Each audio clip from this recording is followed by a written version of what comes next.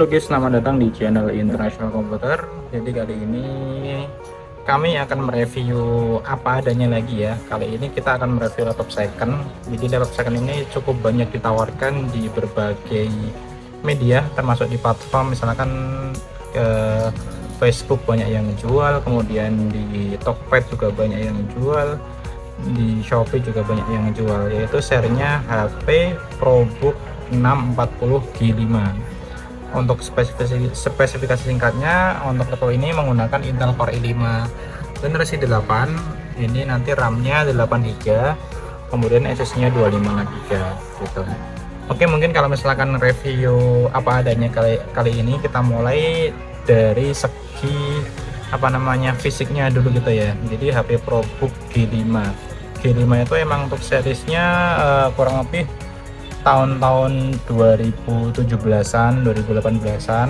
Untuk yang series ini itu masih menggunakan model bezelnya yang lumayan tebel ya teman-teman, atas bawah lumayan tebel, ini juga lumayan tebel, samping kanan kiri juga tebel. Jadi modelnya 14 in tapi kelihatan ya gede gitu sih. Jadi mungkin salah satu catatan yang membuat seri ini ya sebenarnya elegan juga, cuman termasuknya juga agak berat. Fisiknya sedengan ya, bukan yang terlalu tebel, bukan juga yang terlalu tipis juga, cukup proper lah, enak gitu, nyaman, kemudian juga kelihatan tangguh karena untuk bahannya ini tetap menggunakan plastik teman-teman, menggunakan plastik polikarbonat yang biasa dipakai di laptop sih. Jadi plastik yang kuat untuk kebutuhan laptop zaman sekarang kayak gitu. Nah, tambahan ini untuk atasnya ada, kelihatan nggak ya, ada namanya kamera shutter privasi. Jadi misalkan teman-teman mau ditutup itu bisa juga. Nah, kemudian untuk bagian bawahnya ini keyboardnya standar ya, QWERTY. Kemudian juga kalau series ini kita dapatnya untuk keyboard yang layoutnya ini layout Norwegia ya, tandanya kayak gini, ada beberapa huruf yang berbeda untuk umumnya Indonesia. Kemudian add-nya itu bisa pakai yang add ini, tapi harus pakai ALT GR ini ya. Jadi bukan yang langsung shift 2 gitu biasanya. Jadi emang kalau barang kayak gini rata-rata import teman-teman semua. Jadi untuk keyboardnya kadang ada yang dari US, ada yang dari UK, ada yang dapat dari Norway, kadang juga kalau misalkan beberapa seri dapat dari Jepang juga kayak gitu. Keyboardnya backlight, kemudian juga jaraknya di sini lumayan lebar, touchpadnya luas ya. Kemudian ini ada double klik kanan ke kiri, jadi teman-teman bisa pakai yang atas ini juga bisa, pakai yang bawah ini juga bisa kayak gitu untuk klik kanan klik kirinya. Ada trackball juga di sini, trackball juga. Dan spesialnya lagi untuk seri ini itu sudah ada fingerprint ya. Jadi untuk seri setahun itu sih sebenarnya jarang yang sudah pakai fingerprint, tapi seri ini sudah menggunakan fingerprint gitu.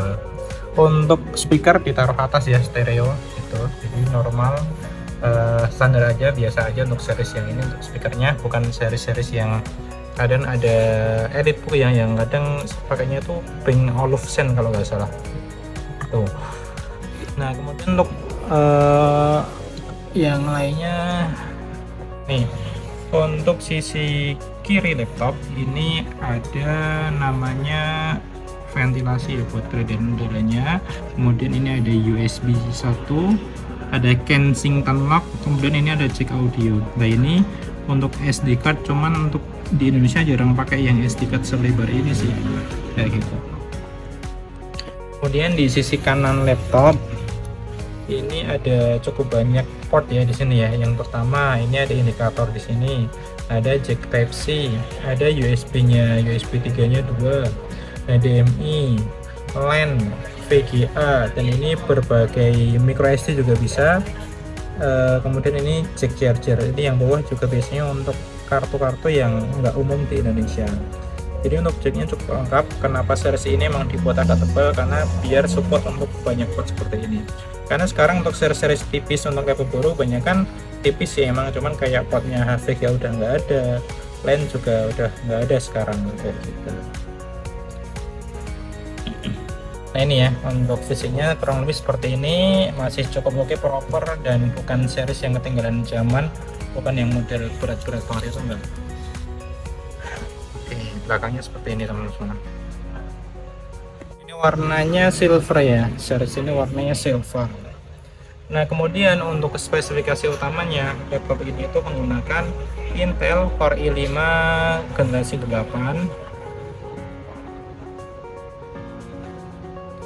Intel Core i5 generasi 8 di sini ya. Nah, yang sudah menggunakan 4 core dan 8 thread di sini kelihatan ya. Kemudian untuk RAM-nya ini 8 GB. Series ini support upgradable, speednya 2400 mHz. Kemudian untuk SSD-nya NVMe 256 GB.